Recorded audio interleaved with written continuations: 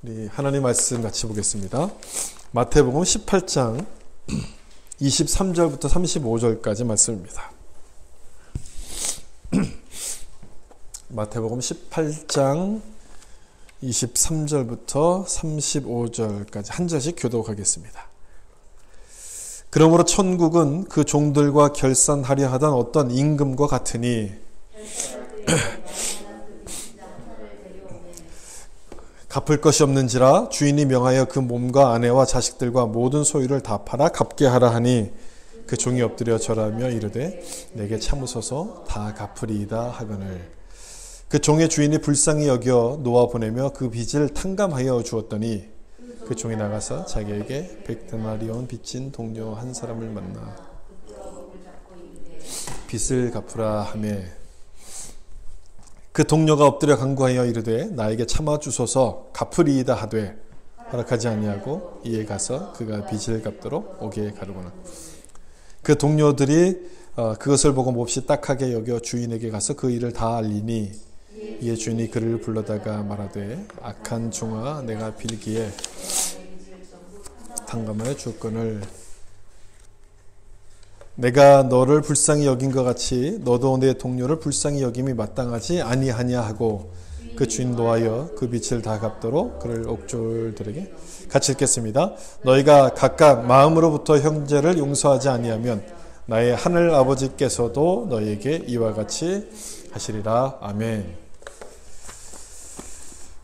다시 생각하는 은혜의 세 번째 시간입니다. 용서의 은혜란 제목으로 말씀을 나누겠습니다. 지난주에 포도원 품꾼의 비유를 보면서 은혜는 불공평한 것이다 라는 말씀을 드렸습니다. 계산하지 않고 주는 것이기 때문에 은혜는 불공평하게 느껴진다는 말씀을 드렸는데 아마 여러분 기억을 하실 거예요. 오늘 본문에 나오는 오늘 살펴볼 용서의 비유 역시 같은 맥락입니다. 용서는 공평한 것이기보다는 불공평한 것에 가깝습니다. I'm sorry 그 한마디에 지금까지 내가 당해왔던 모든 아픔들을 다 용서해야만 된다면 여러분 이게 공평한 거겠습니까? 그래서 이 용서가 참 어렵게 느껴지는데 오늘 본문을 통해서 예수님께서 이 용서에 대한 비유의 말씀을 주시거든요. 18장 23절을 보면 이 비유를 이렇게 시작합니다. 그러므로 천국은 그 종들과 결산하려 하던 어떤 임금과 같으니 천국에 대한 비유라고 말씀하세요. 그러니까 천국을 이야기하시면서 용서를 지금 말씀하신다는 겁니다. 그 얘기는 천국과 용서가 관계가 깊다는 얘기 아니겠습니까? 그렇다면 용서를 우리가 어려운 것으로 느끼지만 이 용서가 무엇에 대해서인지를 좀 생각을 해봐야 된다는 것이죠. 이 비유의 내용은 이렇습니다. 어떤 왕이 결산을 하는데 10,000달란트 빚진 종을 부릅니다.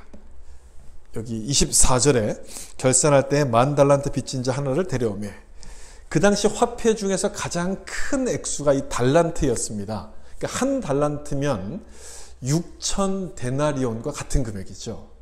지난주 포도원 품꾼에서 하루 일당이 한 데나리온이라고 했던 걸 여러분 기억하실 거예요. 그렇게 비교한다면 한 달란트면은 6,000데나리온 16년을 일해야지만 모을 수 있는 금액입니다. 그리고 10,000달란트라면 이 계산할 수 없는 엄청난 금액의 돈인 거죠. 그 당시 이스라엘이 로마에다 바치는 세금이 1년에 800데나리온이었다면 이 10,000달란트면 얼마나 큰 금액인지 우리가 이제 가늠이 되는 거죠. 도무지 갚을 수 없는 큰 빚을 지고 있었다는 겁니다. 25절을 보면 주인은 모든 걸 팔아서 갚으라고 명령합니다. 주인이 명하여 그 몸과 아내와 자식들과 모든 소유를 다 팔아 갚게 하라 하니. 근데 문제는 뭐냐면 가족이 노예로 팔려간다 할지라도 이 빚을 다 갚을 수 없다는 게 문제였습니다. 마음이 급해졌겠죠. 그래서 이 사람은 주인에게 염치불구하고 매달리죠. 제가 어떻게 하든 방법을 찾을 테니 한 번만 좀 참아주십시오라고 주인의 자비를 구합니다. 그래서 주인이 27절에서 그 종의 주인이 불쌍히 여겨 놓아보내며 그 빚을 탕감하여 주었더니 탕감해 주었습니다. 없던 걸로 해주었다는 얘기죠. 한두 푼도 아니고요. 천문학적인 액수 그 금액을 탕감해 준 겁니다. 여러분 얼마나 놀랐겠습니까? 우리는 이런 상황을 가리켜서 뭐라고 부르냐면 은혜라고 불러요. 생각지도 못한 은혜를 지금 입은 겁니다. 어리둥절했을 거예요. 그렇게 탕감을 받고 기분 좋아서 집을 가고 있는데 자기에게 빚진 사람 한 사람을 만납니다. 28절이에요. 여기 보시면 그 종이 나가서 자기에게 100데나리온 빚진 동료 한 사람을 만나 붙들어 목을 잡고 이르되 빚을 갚으라 하며, 멱살을 잡고 막 빚을 갚으라고 이야기한 걸 보면 틀림없이 이 사람이 돈을 떼먹고 도망갔던 사람인 것 같습니다. 근데 그 떼먹은 돈이 얼마입니까? 여기 100데나리온이에요. 100데나리온. 그러니까 달란트와 데나리온, 여러분 구분이 되시죠? 자기가 탕감을 받았던 10,000달란트에 비하면 1%도 안 되는, 사실 따져보면 0.01%도 안 되는 아주 작은 금액이에요. 근데 이 돈을 갚지 않는다고 이 사람을 옥에다가 집어 넣어버립니다. 너무하죠. 너무해요. 이 소문이 10,000달란트를 탕감해줬던 주인의 귀에 들어가요. 화가 난 주인이 다시 이 종을 불러들이죠. 그래서 32절과 33절에 이렇게 얘기합니다. 악한 종아, 내가 빌기에 내가 내 빚을 전부 탕감하여 주었거늘 내가 너를 불쌍히 여긴 것 같이 너도 내 동료를 불쌍히 여김이 마땅하지 아니하냐. 이렇게 얘기를 해요. 당연히 여러분 그래야 되는 건 아닙니까? 이렇게 하는 것이 너무너무 당연한 것이죠. 그러면서 이 비유는 35절 마지막에 이렇게 끝이 납니다. 같이 한번 읽어보겠습니다. 너희가 각각 마음으로부터 형제를 용서하지 아니하면 나의 하늘 아버지께서도 이와 같이 하시리라. 아멘. 이렇게 비유가 끝이 납니다. 이 비유의 포인트가 뭔지 아주 분명하게 드러나죠. 뭡니까? 용서하라. 이것을 지금 말씀하는 거예요. 용서하라. 이 용서하라는 이 네 글자를 가르치시기 위해서 예수님께서 이렇게 이 비유를 말씀하고 계신 겁니다. 만약 이렇게 하면 너희가 용서하라. 이렇게 주님이 말씀하지 않고요. 그런 조건을 붙이지 않고 딱 이 네 글자를 말씀하신 겁니다. 용서하라. 그래야 되는 이유가 뭐냐? 그래야 될 만큼 우리가 충분하게 받았기 때문에 그렇다는 거예요. 충분하게 받았기 때문에.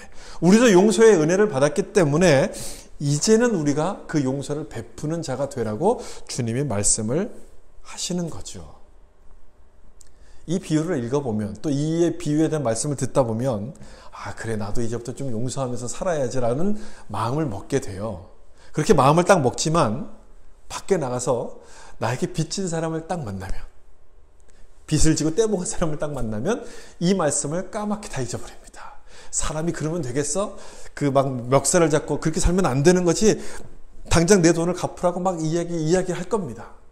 용서를 기억해야 될 때 우리는 그걸 기억하지 못하고 내가 손해본 것을 기억합니다. 그것만을 기억해요. 이 비유에 나오는 10,000달란트를 탕감받고도 용서할 줄 모르는 그 사람은 다른 사람이 아니라 바로 우리들의 모습인 거죠. 우리들을 말하는 겁니다. 솔직히 저에게도 그런 마음이 있고 아마 여러분들에게도 그런 마음이 있을 거예요. 우린 용서에 대한 말씀을 읽고 이 말씀을 듣지만 용서가 참 어렵게 느껴집니다. 여러분 왜 그럴까요? 용서가 왜 그렇게 어렵게 느껴지는 겁니까? 사실 이 용서가 쉬운 거라면 예수님께서 이런 비유를 하셨을 리가 없죠. 사실 오늘 이 비유는 베드로가 먼저 말을 꺼내서 이 비유가 시작됩니다. 몇 번이나 용서를 해야 됩니까? 라고 물었잖아요, 베드로가. 거기에 대해서 알려주신 비유예요. 7번쯤 용서하면 되겠습니까? 이렇게 베드로가 물었을 때 예수님은 70번씩 7번이라도 용서하라고 말씀하시면서 이 비유를 이어서 말씀하셨어요. 그러니까 7번 하면 됩니까? 몇 번? 베드로에게 그게 중요했어요.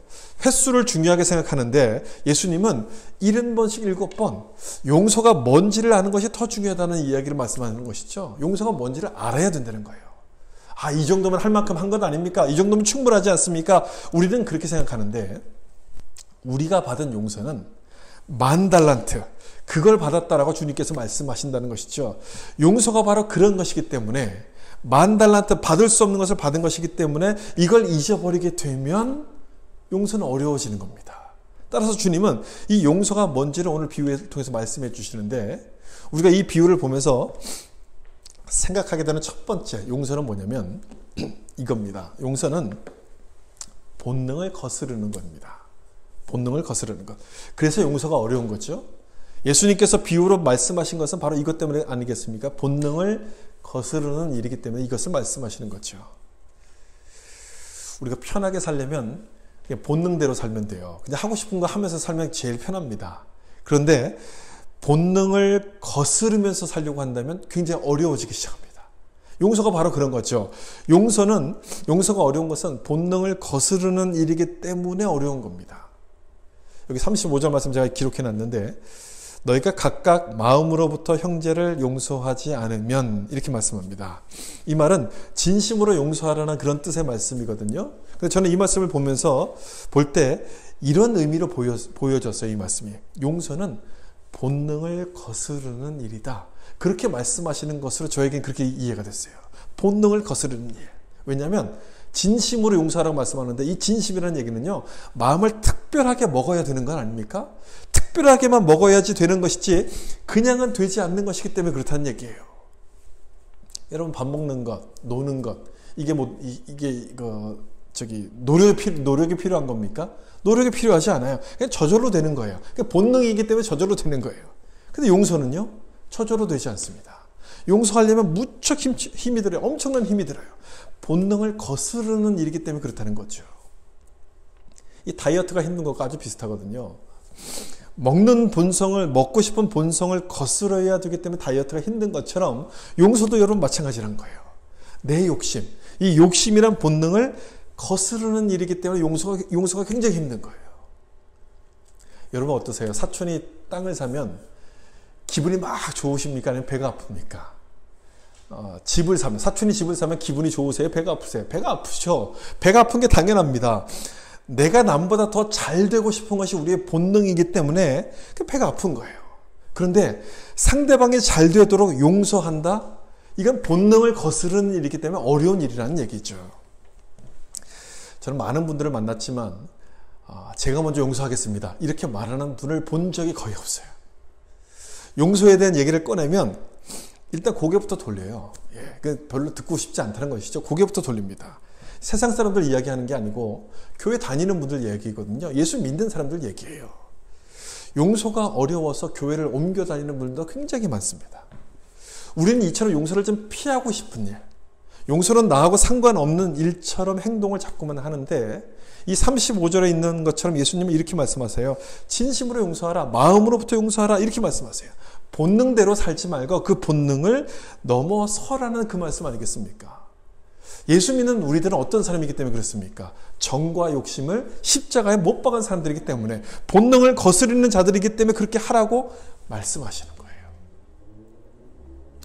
예수님께서 말씀하신 이 35절에는 두 가지 의미가 있어요. 첫 번째는 우리의 마음을 이해하신다는 의미가 이 안에 담겨져 있습니다.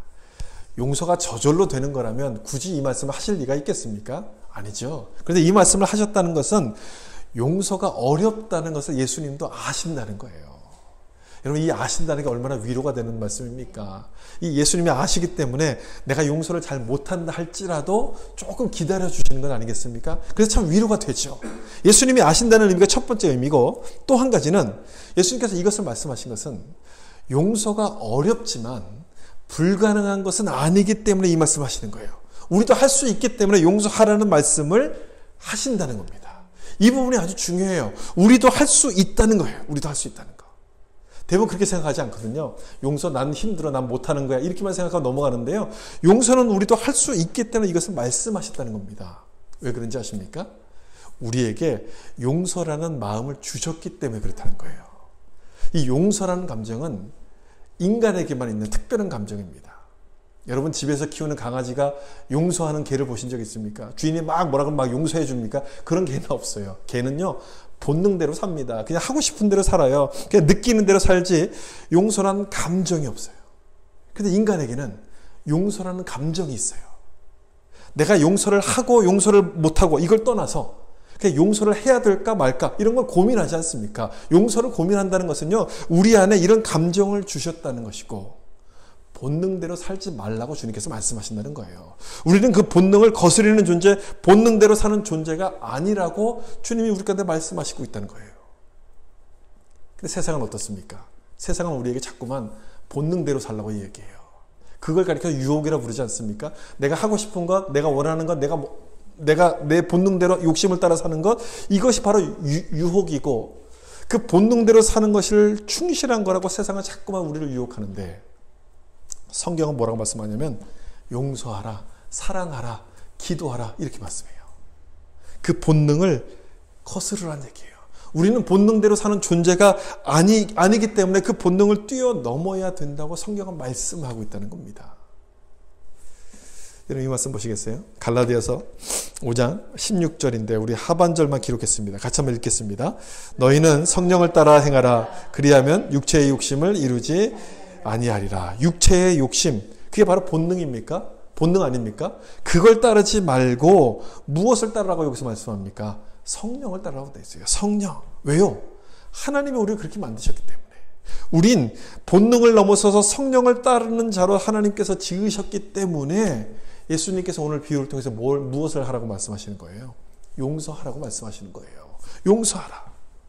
용서가 어렵지만 우리도 할 수 있다고 말씀드렸던 것은 바로 이것 때문에 우리는 성령을 따르는 자이기 때문에 우리 안에 성령을 주셨기 때문에 우리도 충분히 이것을 할 수 있다는 겁니다. 본능을 따르면 용서할 수 없지만 성령을 따르면 용서할 힘이 생기는 거예요. 그러므로 용서가 안 될 때마다, 용서가 힘들다고 생각될 때마다 여러분 뭘 기억하셔야 됩니까? 내 안에 계신 성령. 나는 성령을 따르는 자다. 이걸 여러분 기억하셔야 돼요.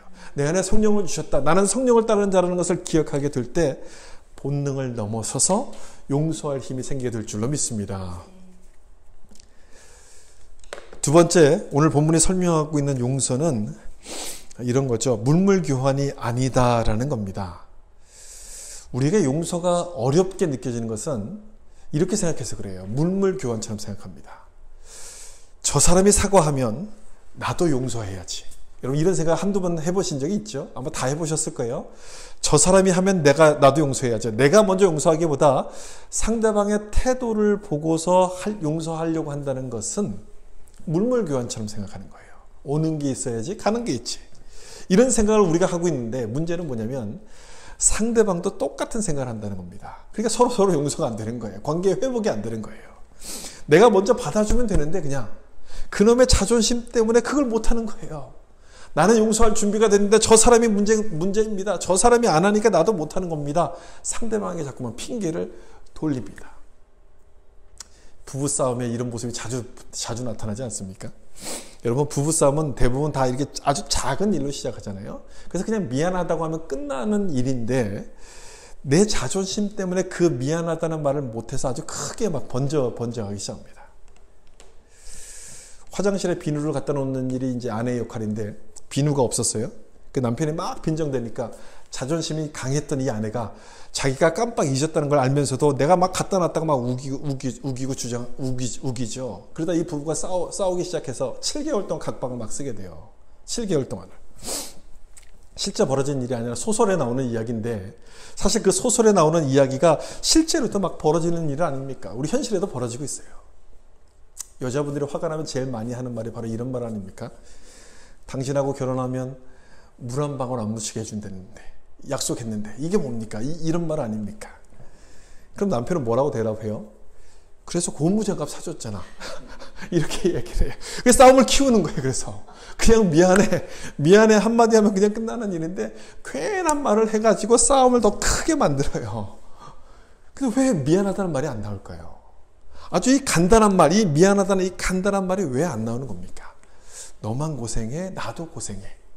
이 생각이 있어서 그렇거든요. 나도 똑같이 고생한다는 생각 때문에 용서를 물물교환이라고 생각하기 때문에 그 말이 안 나오는 거예요. 근데 여러분 이 용서란 단어를 좀 잘 보세요. 용서란 말을 영어로 보면 이런 단어 아닙니까? forgive라는 단어를 쓰는데요. 이 단어는 두 가지 단어가 합쳐졌어요. for과 give라는 단어가 합쳐졌어요. 이 for가 여러 가지 의미가 있지만 여기서는 완전하다, 뭐 충분하다 이런 의미로 보면 돼요. 충분하게 주다, 완전히 주다 이런 뜻이 바로 forgive예요. 용서란 뜻이에요. 그렇다면 여러분 용서가 뭐란 얘기입니까? 물물 교환이 아니라 주는 것임을 우리 이 단어를 통해서 우리가 알 수 있는 거예요. 용서는 주는 거예요. 용서와 또 다른 영어 단어는 pardon이라는 단어가 있어요. 이것도 똑같이 pardon과 done이 합쳐진 말이거든요. 완전하게 주다 이런 단어예요. 따라서 이 두 가지 단어만 보더라도 용서는 주는 거예요. 주는 거. 완전하게 주는 거. 계산하지 않고 주는 것이기 때문에 용서라는 것은 그 자체로 불공평한 거예요. 그런데 저 사람이 먼저 하는 걸 보고 나도 용서하겠습니다라고 이야기한다는 것은 이 용서가 뭔지를 모르기 때문에 그렇게 얘기하는 거예요. 다시 한번 여러분 잘 보세요. 용서는요, 주고받는 게 아니라 주는 거예요. 먼저 주는 겁니다. 먼저 주려면 양보해야죠. 손해를 볼 수밖에 없는 겁니다. 그게 용서인데 우리는 그게 안 되는 거예요. 먼저 주는 걸 어려워하니까 예수님께서 어떻게 하셨어요? 이 오늘 비유를 우리한테 들려주신 거예요. 오늘 비유를 말씀하세요. 10,000달란트의 빚을 탕감받았다, 이렇게 말씀하시는 거예요. 10,000달란트의 빚. 이 엄청난 빚을 탕감해 주었다는 것은 그만큼 손해를 봤다는 얘기 아니겠습니까? 이 주인이 손해볼 생각이 없었더라면 용서할 수도 없었을 거예요. 근데 이 엄청난 빚을 탕감해 준 거예요. 손해를 보고 용서해 준 거예요. 근데 이 엄청난 빚을 탕감받았던 종은 그 다음 어떡합니까? 100데나리온 빚을 빚진 자를 용서하지 않아요. 이유가 뭡니까? 내가 손해보기 싫어서. 나는 손해볼 수가 없어서. 자기가 탕감받았던 그것에 비하면 이 100데나리온은 3발의 피에 불과한 것인데도 내가 받은 용서를 기억하지 못하니 나만 손해본다라고 생각합니다. 나만 손해본다. 그래서 용서를 못해요. 여러분, 이게 누구 이야기 같습니까? 우리들 이야기 같지 않습니까? 내가 먼저 용서하지 못하고 참 힘들어하는 우리들의 이야기 아닙니까? 우리가 용서하지 못하는 것은 나만 손해를 보는 것 같고 불공평하다고 생각하기 때문에 그렇습니다. 그래서 예수님께서 하신 이 비유를 잘 보셔야 돼요. 이 비유 중에서 33절 말씀 보면 이렇게 말씀합니다. 내가 너를 불쌍히 여긴과 같이 너도 내 동료를 불쌍히 여김이 마땅하지 아니하냐 하고. 여러분, 나만 손해가 맞습니까? 나만 손해인 겁니까? 이 용서하는 것이 불공평한 겁니까? 내가 너를 불쌍히 여김 같이. 이미 주님이 우리를 용서해 주셨다는 거예요. 그렇게 할 만큼 우리는 충분히 받았다는 거예요. 용서가 손해가 아닐 만큼 우리는 충분히 받았다는 거예요. 그 충분히를 강조하시기 위해서 10,000달란트를 탕감해줬다. 100데나리온과 이게 두 가지를 이렇게 비유하신 거 아닙니까? 우리가 받은 거는 10,000달란트예요. 엄청난 금액을 받은 거예요. 계산할 수 없는 엄청난 은혜 받았다는 것을 우리가 기억한다면 나도 용서하는 것은 당연한 거예요. 내가 받은 것 중에, 내가 받은 엄청난 것 중에 일부 아주 작은 걸 돌려드리는 것이, 그것이 어찌 손해이고 그것이 어찌 불공평한 것이 될 수 있겠습니까? 그래서 주님은 너도 불쌍히 여기라, 용서하라, 이렇게 말씀하시는 거예요. 여러분은 이 말씀처럼 다른 사람을 불쌍히 여기십니까? 얼마 전에 제가 하나님이 좋아하시는 기도는 불쌍히 여겨달라는 기도라는 그 말씀을 드렸잖아요. 하나님은 겸손한 마음을 좋아하시기 때문에, 또 그런 사람에게 은혜를 베푸시기 때문에 이 기도를 좋아하시는데, 그러면 하나님이 좋아하는 사람은 어떤 사람일까요? 어떤 사람을 좋아하실까요? 이 말씀대로 다른 사람을 불쌍히 여기는 사람이에요. 불쌍히 여긴다는 것은 은혜를 아는 것이고요. 은혜를 나눌 줄 아는 사람이기 때문에 하나님이 이런 사람을 좋아하시는 거예요. 기뻐하시는 거예요. 남을 불쌍히 여기는 사람. 여러분, 우리가 은혜로 충만해지기를 원하지 않습니까? 우리가 은혜 받기를 원하지 않습니까? 은혜를 받았다는 것, 내가 은혜로 충만하다는 것, 뭘로 나타납니까? 뭘로 그걸 확인할 수 있습니까? 베푸는 것으로 나타나는 거예요. 베푸는 것. 은혜라는 것은요, 은혜를 받는 것과 동시에 베푸는 것이기 때문에 그렇다는 거예요. 우리가 자꾸 받는 것만 생각하거든요. 근데 은혜는 받는 것과 동시에 베푸는 것이기 때문에 그래요. 특별히 나에게 잘못한 사람에게 베푸는 것, 그것이 바로 용서 아니겠습니까? 그런데 은혜가 충만하다고 하면서도 용서하지 않는다면 정말 은혜가 충만한 겁니까? 은혜 충만하다고 이야기할 수 있겠습니까? 은혜가 임하면 내가 누군지를 알기 때문에 용서를 할 수밖에 없어요. 저 사람이 용서하면 나도 용서해야지, 그렇게 순서를 따지지 않고 내가 먼저 용서합니다. 왜 그런지 아십니까? 내가 누군지를 아는 거예요. 내가 너를 불쌍히 여긴과 같이, 주님이 나를 불쌍히 여기셔서 나를 용서해 주셨구나, 그걸 알기 때문에 그래요. 그래서 나에게 잘못한 사람을 볼 때 나도 주님께 잘못했었지, 그 잘못이 다시 생각나는 거예요.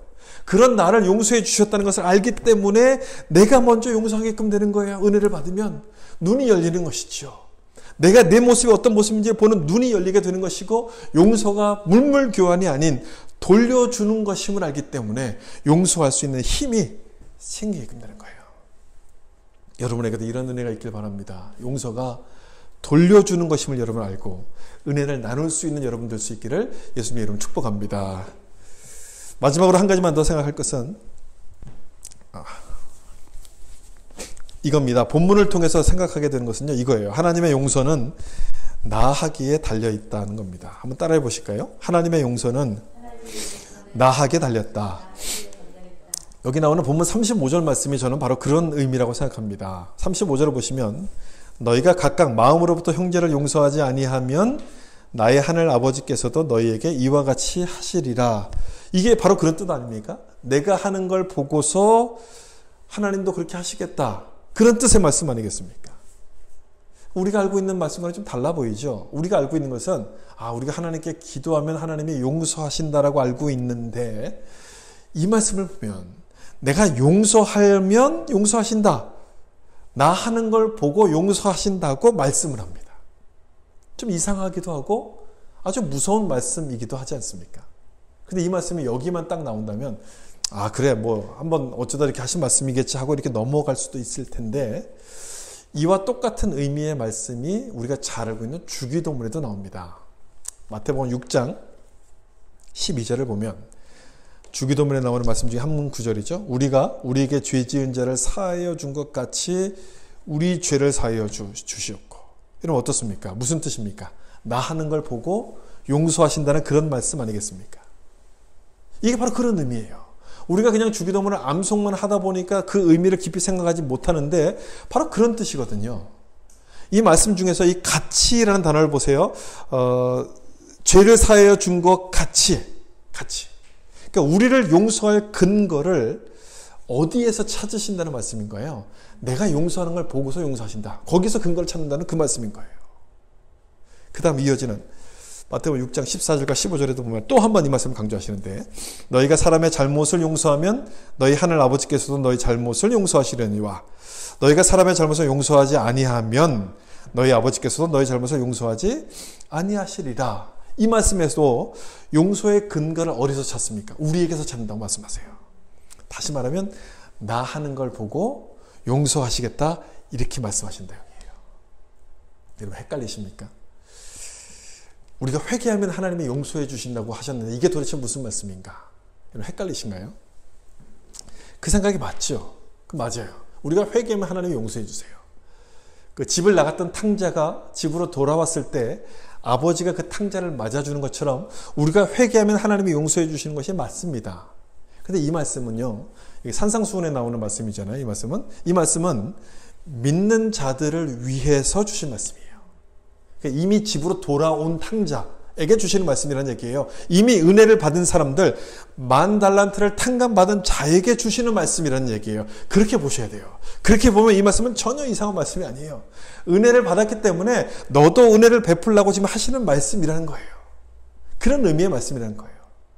정말 이 말씀대로 내가 용서하지 않으면 하나님도 나를 용서하지 않아서 우리가 지옥에 가는 겁니까? 그런 뜻이 아니죠. 그런 의미가 아니고 하나님께서 용서를 그만큼 중요하게, 하나님이 그렇게 용서를 중요하게 여기신다는 것을 알려주시는 말씀이에요.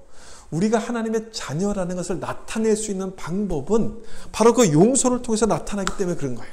그래서 이처럼 강하게 우리가 용서하라고 이렇게 말씀하시는 거예요. 용서할 생각이 자꾸만 안 날 때, 용서가 어렵다고 생각할 때마다 이 말씀을 기억해서 넌 용서해야 된다. 그래서 아주 강하게 무섭게 말씀하시는 거예요. 여러분 이렇게 무서운 말씀을 기억하면 용서 안 하고 싶은 마음이 생기더라도 용서를 하고 싶게 되지 않겠습니까? 우리가 정신차려 용서하게 되는 것이죠. 그래서 이렇게 말씀하시는 거거든요. 비유를 시작하는 23절 말씀에 그러므로 천국은 이렇게 시작한다고 앞에서 말씀을 드렸죠. 천국을 설명하시면서 용서를 말씀하시는데 이게 무슨 뜻이라고 앞에서 설명드렸습니까? 천국과 용서는 관계가 깊다는 그런 뜻이라고 말씀드렸잖아요. 천국은 누가 가는 겁니까? 용서를 받은 자가 가요. 죄 용서를 받은 자들이 가는 것이기 때문에 천국의 사람들은, 천국의 시민들은 용서하는 자가 되라는 그 말씀인 거예요. 천국에 들어갈 사람이라면 용서하는 자가 되라. 그 모습을 통해서, 우리가 그렇게 용서하는 모습을 통해서 하나님이 과연 어떤 분인지가 드러나기 때문에 이것을 하라고 말씀하시는 거죠.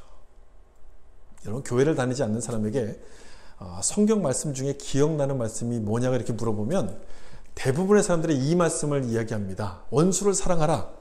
아니면 하나님은 사랑이시라. 이런 두 가지 말씀을 이야기합니다. 여러분 왜 이 말씀을 기억할까요? 다른 많은 말씀도 있는데 왜 이 두 가지를 기억할까요? 원수를 사랑하라는 것은 용서하라는 뜻 아닙니까? 근데 용서하려면 내가 손해를 봐야 돼요. 용서하다가 내가 잘못될 수도 있어요. 그런데도 불구하고 성경은 용서하라, 그걸 하라고 말씀하는 것이기 때문에 사람들이 충격을 받는 거예요. 세상에서는 한 번도 들어보지 못한 말씀인 거예요. 세상에서 한 번도 배우지 못한 말씀인데, 아, 이 원수를 사랑하라고 성경은 말씀하는구나. 그걸 딱 보는 순간 딱 머릿속에 딱 박히는 거죠. 그래서 이 말씀을 기억하는 거예요. 그렇다면 여러분, 예수님께서 우리에게 왜 용서를 하라고 하시는지도 이해가 되실 거예요. 왜 용서하라고 하시는 겁니까? 우리는 하나님을 믿는 자이기 때문에, 우리는 천국의 시민권을 가진 자이기 때문에, 하나님을 대변하는 자들이기 때문에 이걸 하라고 말씀하시는 거예요. 그러므로 천국은 이렇게 말씀하지 않습니까? 우리는 천국의 시민들이기 때문에 이런 모습, 이런 삶을 살아야 된다라고 그렇게 말씀하시는 거예요. 그런데 천국의 시민권을 가진 우리가 다른 사람들하고 똑같이 살면 되겠습니까? 내가 좋아하는 사람만 좋아해주고 그 사람들에게만 잘해준다면 이 세상과 다른 게 뭐가 있겠습니까? 다른 게 없죠. 우리는 세상과 달라야 되기 때문에 주님은 용서하라고 말씀하시는 거예요. 우리가 용서하게 될 때 세상과 다르다는 것, 나는 은혜 받은 자라는 것이 나타나기 때문에 이것을 말씀하시는 것이죠. 다시 본문 33절을 좀 보세요. 내가 너를 불쌍히 여김과 같이 너도 내 동료를 불쌍히 여김이 마땅하지 아니하냐.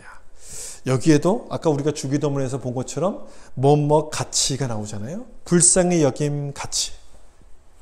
우리에게 용서를 하라고 말씀하시는 근거는 우리가 용서를 받은 자이기 때문이라는 거예요. 용서를 받았기 때문이라는 거예요. 은혜를 모르는데 은혜를 베풀라고 할 수 있겠습니까? 은혜를 받았기 때문에, 은혜를 베풀라는 것은 은혜를 받았기 때문인 것이고, 용서하라는 것은 우리가 이미 용서를 받은 자이기 때문에 그렇게 말씀하시는 거예요. 여러분, 이 말씀을 잘 보시면 용서가 뭔지가 이 말씀 속에 드러납니다. 용서의 은혜가 뭔지. 용서는요, 받은 것과 하는 것, 이 두 가지가 하나라는 것을 여기서 말씀하고 있어요. 용서를 받은 것과 하는 것이 하나다라고 말씀하는 겁니다. 왜냐하면 보세요. 받은 것처럼 너도 용서하는 것이 마땅하지 아니하냐, 그렇게 지금 말씀하고 있지 않습니까? 하나라고 말씀하는 거예요. 근데 우리는 자꾸만 이걸 따로따로 생각해요. 따로따로. 하나님이 나를 용서해 주시고 나에게 은혜 주신 것은 당연한 것이고